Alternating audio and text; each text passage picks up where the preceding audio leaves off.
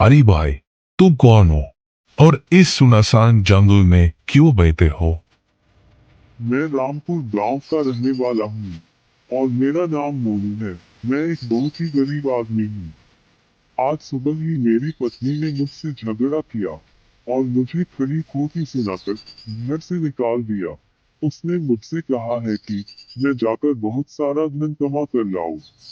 इसलिए मैं किसी काम की तलाश में अपने घर से निकला हूँ और चलते चलते थककर इस पेड़ के नीचे बैठ गया। मोनू, मैं रायपुर का प्रसिद्ध ज्योतिषी हूँ। दिनेश, अगर तुम चाहो तो मैं तुम्हारे गरीबी को दूर करके तुम्हें राजा बना सकता हूँ।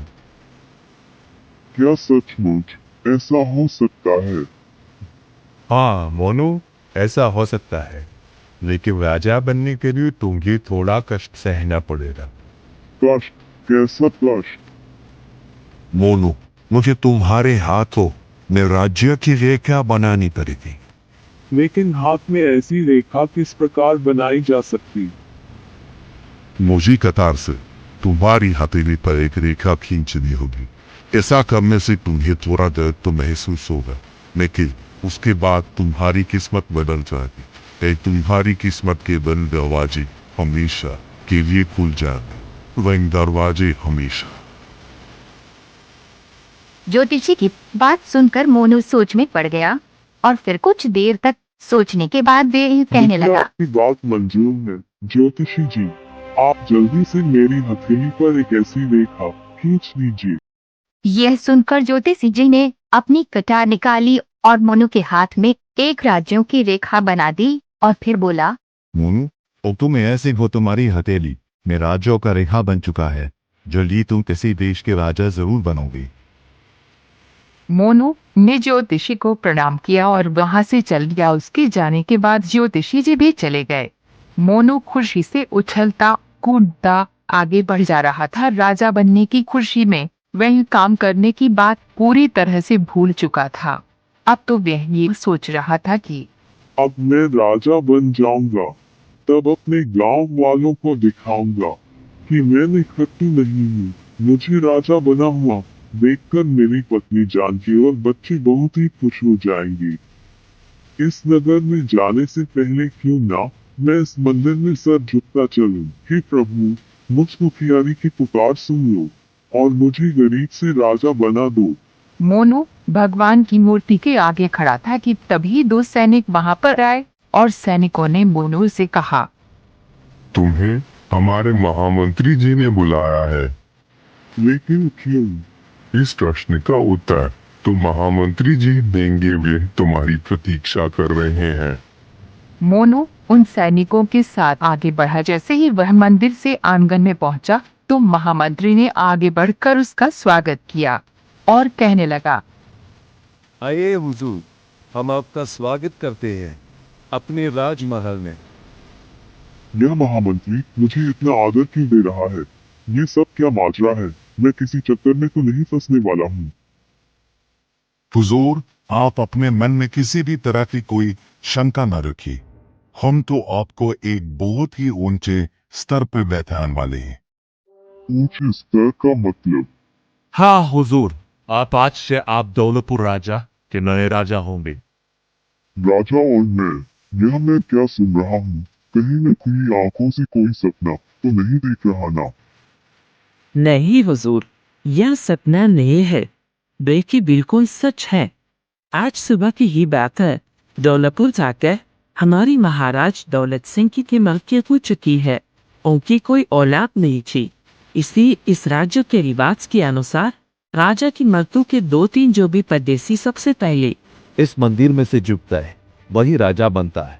पर आप पहले परदेसी है, इस मंदिर में सर झुकता है वह राजा बनता है। और आप पहले परदेसी है जिसने हमारे इस प्रार्थना को पूरा किया है, इसलिए आप से आप हमारे राजा हैं।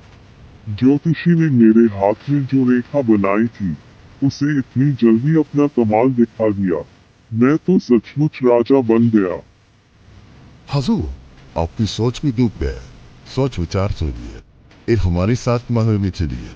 वहाँ पर आपका आज ही राष्ट्रतिलक किया जाएगा। हाँ हाँ मंत्री जी, चलिए। फिर मंत्री आदर सहित वक्त मोनू को राजमहल ले जाता है। वहां पर मोनू का राज तिलक किया गया है। महामंत्री ने सभी को बताया, नगर वासियों, आज से राजा मुनीश्वर सिंह हमारे नए राजा हैं। भाग्य बदलते ही मोनू अब राजा बन चुका था, साथ ही साथ वह आराम से अब मोनूश्वर हो गया था। जब काफी देर हो गई और रामू अपने घर वापस नहीं लौटा तो जानकी परेशान हो उठी। हे भगवान, अब मैं उन्हें कहाँ पर ढूंढूं? सारे गांव वालों से उनके बारे में पूछताछ तो कर चुकी हूँ, पर उनका कोई पता नहीं चल रहा। गांव वालों का कहना है कि उन्हें दोपहर को गांव से बाहर जाते देखा था। हे भगवान, वह कहाँ गए होंगे? वह तो ठीक तो होंगे ना? मुझे उनकी बहुत चिंता हो रही है। उधर दूसरी तरफ मोनू राजा बन चुका था। वे यह सोच रहा था, भगवान, जैसे मेरे दिन फिरे हैं वैसे सबके दिन फिरे। अब तो मैं इस राज्य का राजा बनकर यहाँ पर राज करूँगा और अपने गांव कभी वापस नहीं जाऊंगा। कल ही मैं सैनिक को भेजकर जानकी और बच्चों को भी यहाँ बुला लूंगा और तीनों मुझे राजा बना हुआ देखकर बहुत खुश हो जाएंगे। अगर जानकी और बच्चों को बुला लूंगा तो उन्हें देखकर यहाँ के लोगों को मालूम पड़ जाएगा कि मैं असल में बहुत ही गरीब परिवार से हूँ। नहीं, मैं उन्हें यहाँ पर नहीं बुलाऊंगा और अपना पता भी उन्हें नहीं दूंगा। जानकी ने मेरे ही घर में मुझे निकाल दिया और मेरा कितना अपमान किया था। वह मेरी पत्नी बनने के लायक ही नहीं है। अब मैं तो राजा बन गया हूँ। अब मैं किसी देश की राजकुमारी से विवाह करूंगा।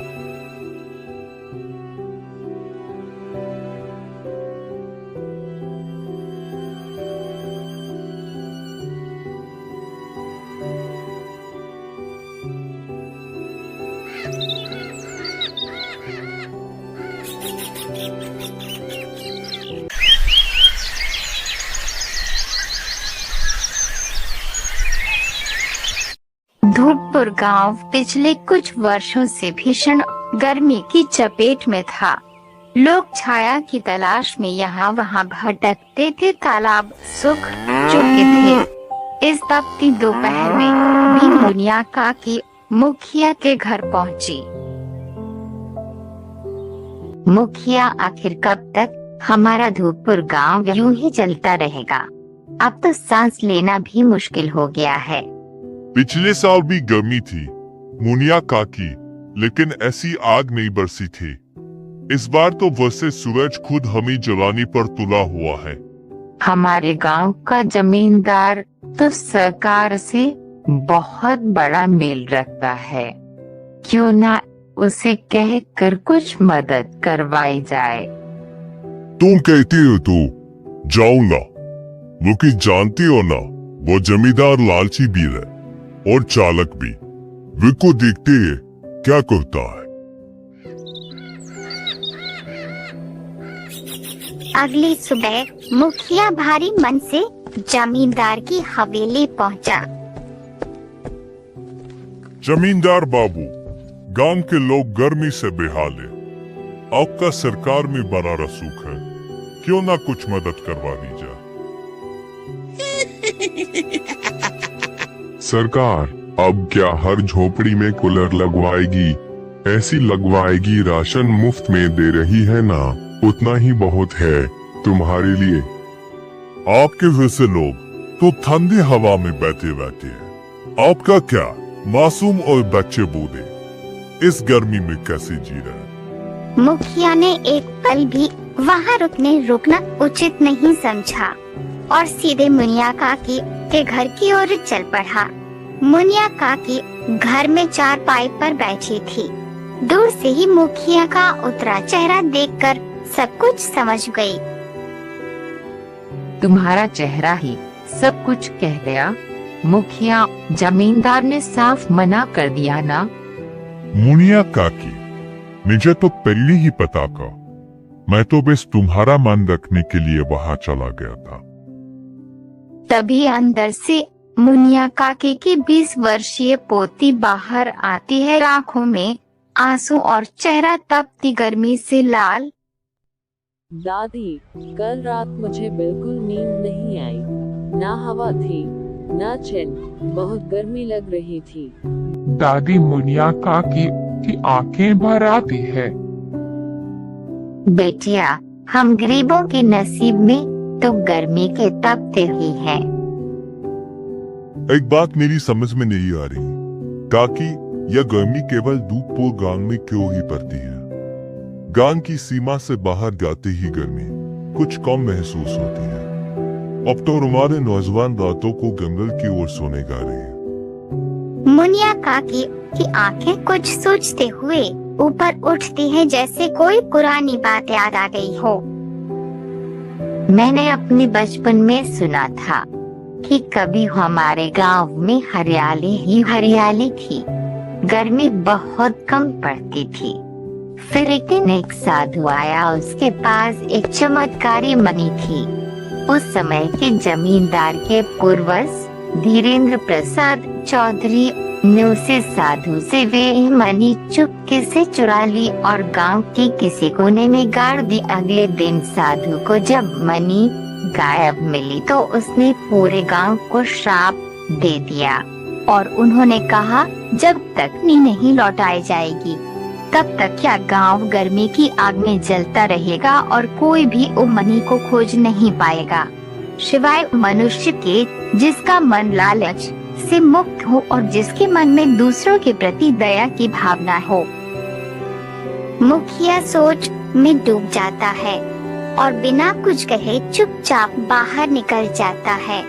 लेकिन मुनिया काकी की पोती वसु के मन में ये बात गहराई से बस जाती है। अगले सुबह वसु अपने पड़ोसी आलम को दादी की सारी घटनाएं बताती है। वसु, तुम 20 साल की हो गई हो और आज भी इन दादी नानी की कहानी पर विश्वास करती हो। मेरी दादी कभी झूठ नहीं बोलती। सोचो, अगर यह सच हो तो क्या हम कुछ कर नहीं सकते? मान भी लिया तो हम क्या कर सकते हैं? मैंने सुना है कि गांव की सीमा से थोड़ी दूर पर एक साधु बाबा रहते हैं, बहुत ज्ञानी है। क्यों ना हम उनसे मदद मांगे? मैं तुम्हारे इस पागलपन में साथ नहीं दूंगा।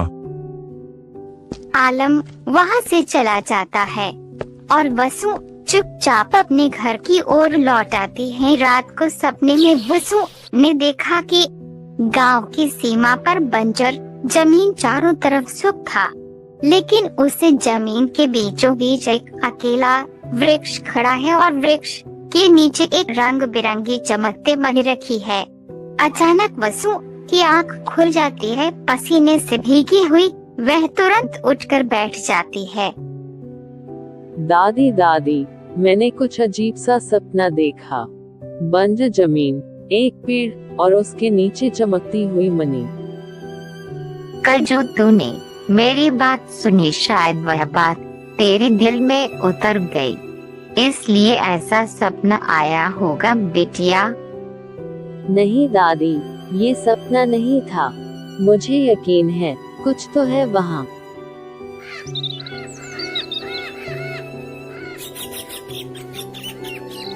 आलम, मुझे आज रात एक सपना आया।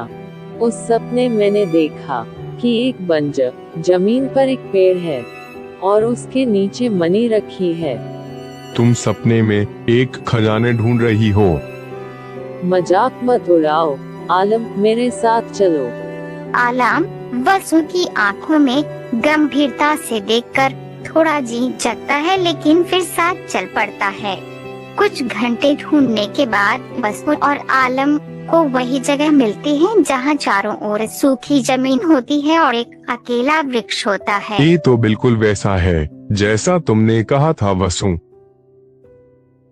वसु बिना कुछ बोले जमीन खोदने लगती है। कुछ ही देर में वसु की खुदाली किसी ठोस चीज से टकराती है। मिट्टी हटाने पर एक रंग बिरंगे रोशनी छोड़ता मणि दिखाई देती है। जैसे ही वसु उसे छूती है, तेज धमाके जैसी आवाज गूंजती है और देखते ही देखते जमीन के एक विशाल इग्लू बन जाता है। यह जादू है, यह चमत्कार है। हमें तुरंत गांव वालों को बताना होगा।